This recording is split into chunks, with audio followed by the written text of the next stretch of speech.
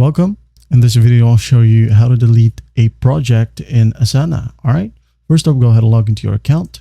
Make sure that it is the correct account that has the project that you wanted to delete.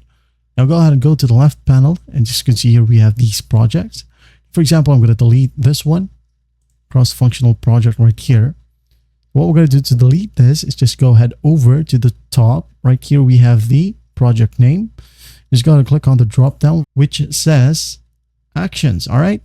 Now at the very bottom, we have delete project. Now, if you want to delete it permanently, you can go ahead and click on this green button. If not, if you need access on it, like in the future, you can just go ahead and click on archive. All right.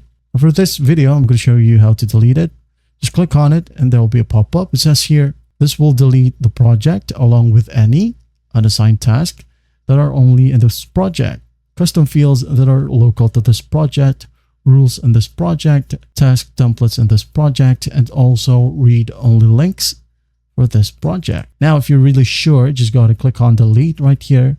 As you can see here, the cross-functional project plan, which was right here, is deleted.